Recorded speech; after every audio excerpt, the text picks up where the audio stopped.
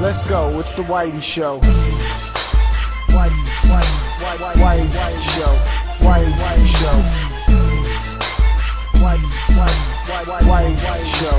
With final man that ain't got time to shake your hand. Get that side check, put it in pockets till I get back. Going downtown. Strength of the Sword 3, I don't know if there's one or two, but the third, or Strength of the Sword 3, is a unique little indie game that I was able to try over the weekend. Has a lot of things going for it actually. A unique art style, brutal and fun combat, and it's goddamn hard. So what's not to love about it? Well, we'll get to that in a minute. First off, there's no real story here per se, but it's cool to go through a bunch of baddies to get to the big bad evil guy after about 3 stages. The combat mixes up and gives you a good kind of like this God of War cinematic feel, and yet it's brutal just like God of War, but more swift, you know, and it's definitely more reaction type, kind of like Ninja Gaiden. Maybe not as many combos, so more like Demon Souls or Dark Souls. But does it handle all this well? Do we have another great indie title on our hands, which seems to be a big thing right now? A lot of great indie titles. Well, we're gonna find out.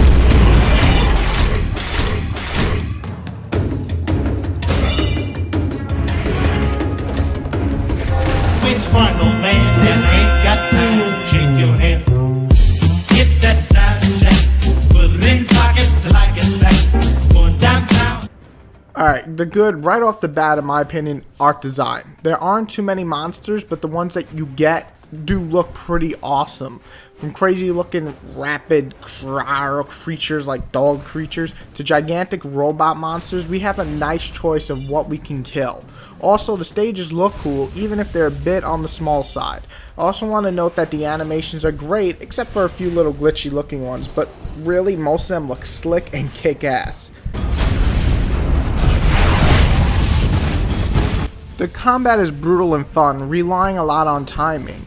It comes along so well that I almost get pissed off when I don't complete one of my awesome looking combos. I know it is in the game most of the time, but myself. And it makes me want to become better, and then I actually do. The combat just really is a lot more fun than I expected, and you feel like a badass, especially killing enemies quickly with these cool looking cinematic finishers.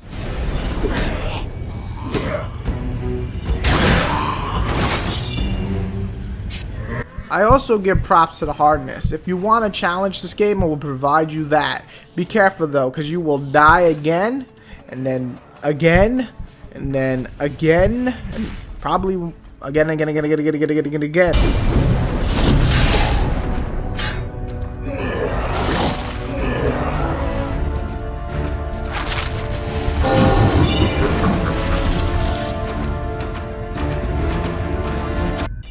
Only bads I can think of on the top of my head would be sometimes the camera acts funny. With stages being a bit on the small side, I'll get stuck behind a wall and I'll be hit 3 or 4 times, in which you will probably die and you will get really pissed off. I also dislike the fact that some of the animations are funny.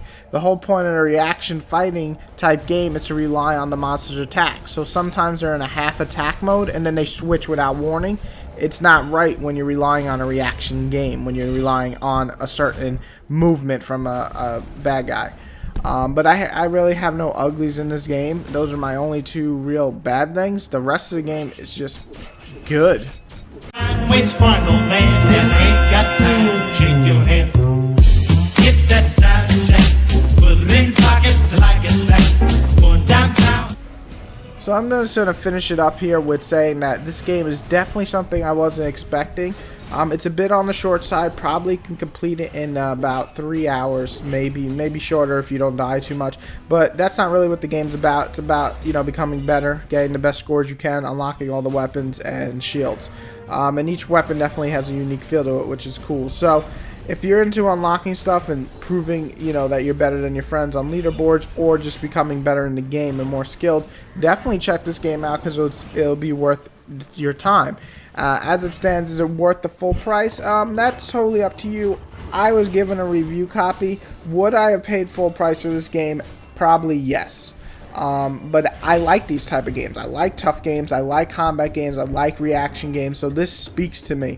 If you're not into hard games and you don't like dying, this game is definitely not for you. But I gotta give it props. 2 guys created this game, and they created a fucking solid freaking hard game, and I totally respect them for this. Clap. Great job, guys. And anybody who's looking for a game, basically a skilled, get ready to die a lot but have fun type of game, check this badass game out.